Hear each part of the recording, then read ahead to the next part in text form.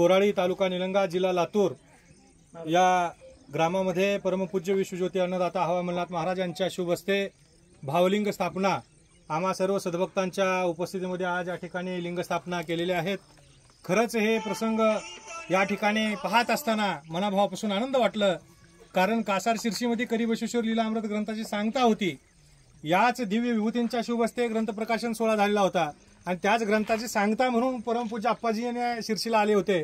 आणि कोराळीचा आज काहीही मनात नदनात नसताना आप्पाजींनी अचानक सांगितले की आज लिंग स्थापना कोराळीमध्ये होणार आहे असं सांगितल्यानंतर खरंच कासार शिर्षीचा सुनियोजित कार्यक्रम असून पब्लिक एवढं म्हणजे म्हणावं तेवढं या ठिकाणी वाटलं नाही, परंतु इथे काहीच नसताना आप्पाजी आलेत म्हणल्या एवढ्या असणाऱ्या रस्ता नसलेल्या ठिकाणी सुद्धा एवढ्या बहुसंख्येने तुम्ही उपस्थित राहिलात आणि लिंग स्थापना होत असताना साक्षात भगवंताला सुद्धा वरून राजाला सुद्धा आनंद झाला आणि त्या आप्पाजींचं हस्ते शुभ लिंग कोटिलिंगाच्या या ठिकाणी लिंगाचं स्थापन होत असताना वरून राजाने साक्षात बरसात केले, ही एक आनंदाची बाब आहे आणि खरंच आम्ही भाग्यवान आहोत। आप्पाजींचे पाय या गावाला केव्हापासून लागले तेव्हापासून आमच्या गावाला पाऊस व्यवस्थित झालं, शेतकरी राजा एकदम सुखावलेला आहे आणि हे लिंग स्थापना करण्यासाठी आमच्याच गावचे सद्भक्त श्री विजयकुमारजी विश्वनाथजी बिराजदार काशीराजजी बिराजदार या सद्भक्तांनी या ठिकाणी 4 एकर जमीन या लिंग स्थापनेसाठी दान म्हणून या ठिकाणी आप्पाजींना दिलेले आहेत आणि त्यांच्याच या पवित्र क्षेत्रामध्ये आज लिंग स्थापना होतोय आणि हे कार्य होत असताना या कार्यासाठी या ठिकाणी मंदिर बांधकाम करत असताना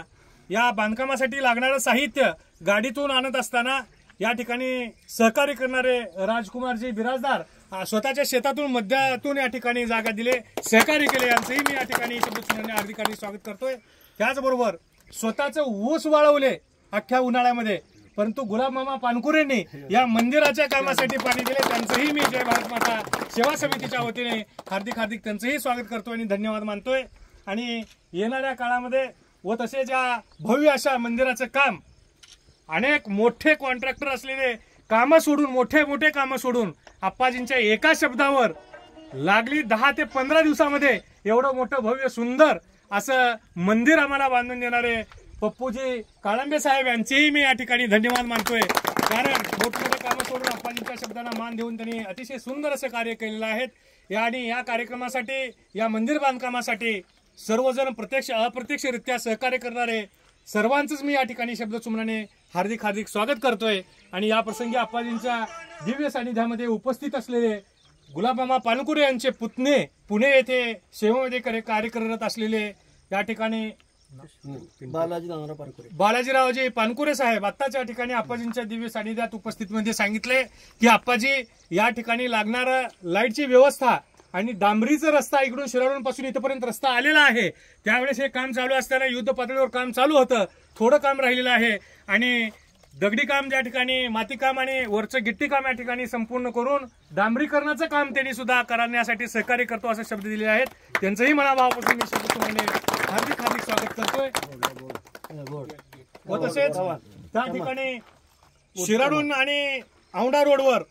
आप्पाजींच्या मठासाठी येण्यासाठी जो रस्ता आहे त्या रस्त्याला कमान करून मी या ठिकाणी आप्पाजींचा फोटो लावून भावलिंग मंदिरासाठी जाणारा रस्ता म्हणून त्यांनी गेट लावणार आहेत, त्यांचंही मी या ठिकाणी शब्दसुमनाने हार्दिक स्वागत करतोय। उपस्थित सर्व सद्भक्तांचं माता भगिनींचं सर्वांचंच मी मनाभावापासून या ठिकाणी आनंद व्यक्त करतोय आणि आप्पाजींचं कौतुक सांगायचं आणि त्यांची लीला सांगायची झाली तर माझ्यासारख्या अल्पमतीच्या पामराचे शब्द अपुरे पडणार आहेत, कारण मी एकच छोटं उदाहरण माझ्याच गावातलं सांगतो। हे काम चालू होतं आणि आप्पाजी बिदरमध्ये होते आणि काम चालू असताना खरोशवून आमचे पप्पूजी काळंबे लेबर आणले होते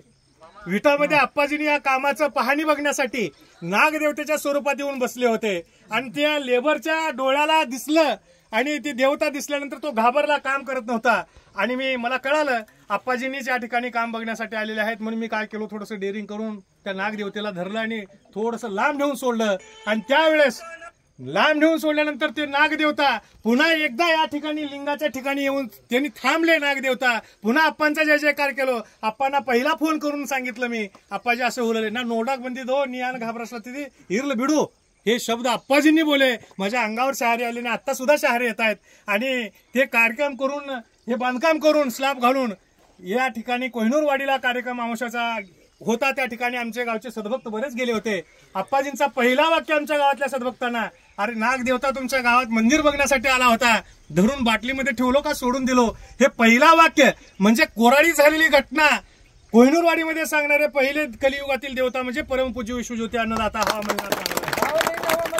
महाराज की जय. कृष्णाचा 8वा अवतार असणारे, कृष्ण स्वरूपामध्येच मानवाच्या स्वरूपामध्ये ज्यांचा जन्म झाला म्हणजे तुमच्या आमच्या नाशिवंत देहाचा उद्धार करण्यासाठी परमपूज्य विश्वज्योती अन्नदाता हवा मल्हार महाराजांचा जन्म झालाय. आणि ते कोराडीमध्ये या ठिकाणी आलेत आणि त्यांच्या शुभ हस्ते लिंग स्थापना होते आणि त्यांचे पाऊल इथे या ठिकाणी पडलेत म्हणल्यावर आम्ही पंचकृषीतील सर्व सद्भक्तांनी कोराडीचे सद्भक्त खरेच आपण भाग्यवान आहोत असे या ठिकाणी मी सांगू इच्छितो. आणि विशेष खास करून गोष्ट सांगायची झाली, आप्पाजी 20-25 वर्षाच्या अगोदर कोराडी मौजे ग्रामामध्ये आले होते.